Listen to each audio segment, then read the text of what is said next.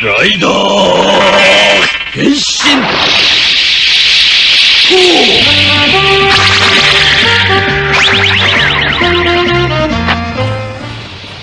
Ooh, that wind power.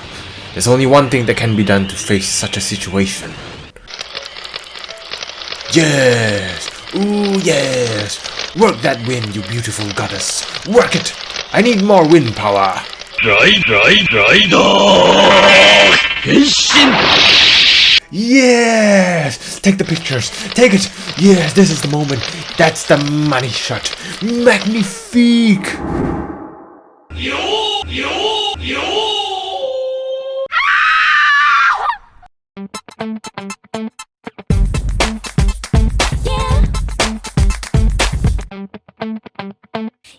Hello and welcome back to another episode on the KenOhwee channel. Before we begin, I'd just like to take this opportunity again to say thank you for those who supported the previous video. It was definitely awesome to see so many of you enjoyed it. Until the next special project, we're going back to this normal style of review, which I hope you guys will still enjoy. So without further ado, as you all saw from the trailer, we'll be starting this episode by talking about the S.H Figuarts Shinkocchou Seihou Kamen LAIDAAA Ichigo. Box design for all Shinkocchou Seihou figures are the same. You have the figure posted at the front, the name of the figure at the side, and at the back a sneak peek at what the figure can do. And I'm so excited to try this rider kick pose, so without further ado, let's henshin.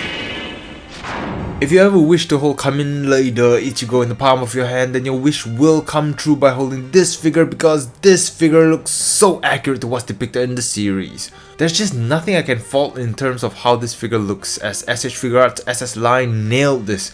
Different shade of green between his chest and his helmet design, textured design in his eyes, grooves on his antennas, creases and folds on his jacket, pants, boots, even his chest and ab paddings. Like the show isn't all silky smooth, there's some lines as if it was being used, and of course the most important feature, the belt. Overall, just breathtaking. My gripes, however, has nothing to do with his look, more of the design choices to accommodate his look. First off, the design to have his antenna pieces detachable. This is a 99% soon to be missing accessory, and even Bandai knows that to the point they provided you with a spare.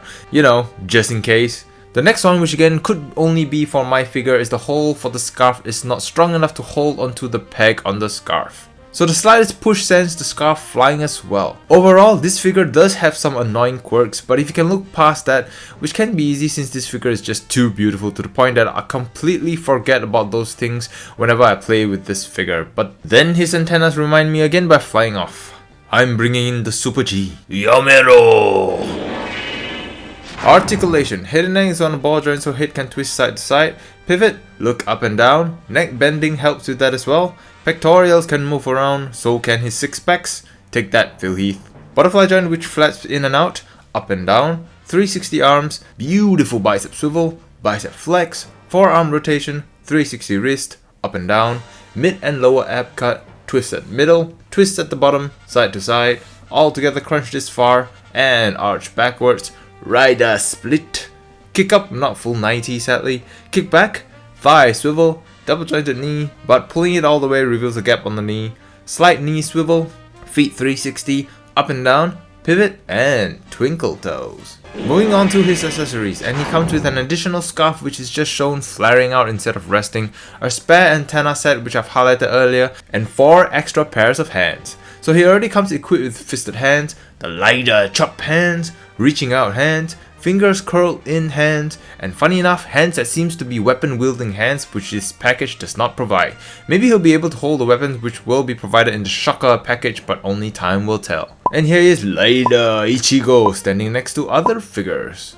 So, in summary, this figure does look perfect. However, the amount of accessories given plus the little annoying gripes I have with this figure, like the loose scarf and the antennas, which scares off easy, prevents this figure from being perfect. But with how this figure looks, coupled with the highest level of articulation engineering in the S.H Figuarts line, as a whole, this is still an amazing Kamen LAIDAAA figure to have, in my humble opinion.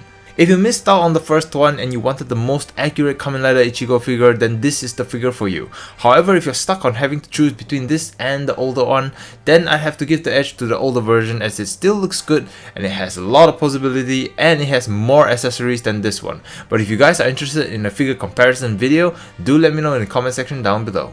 Now I can only wish Bandai would grant me with a Shinkocchou Seihou Kamen Rider Black without a flying antenna.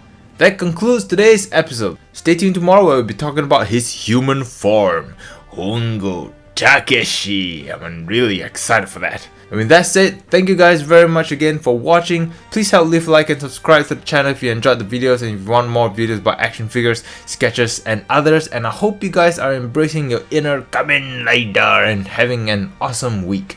Stay awesome, stay geeky, and I'll see you guys at the next video.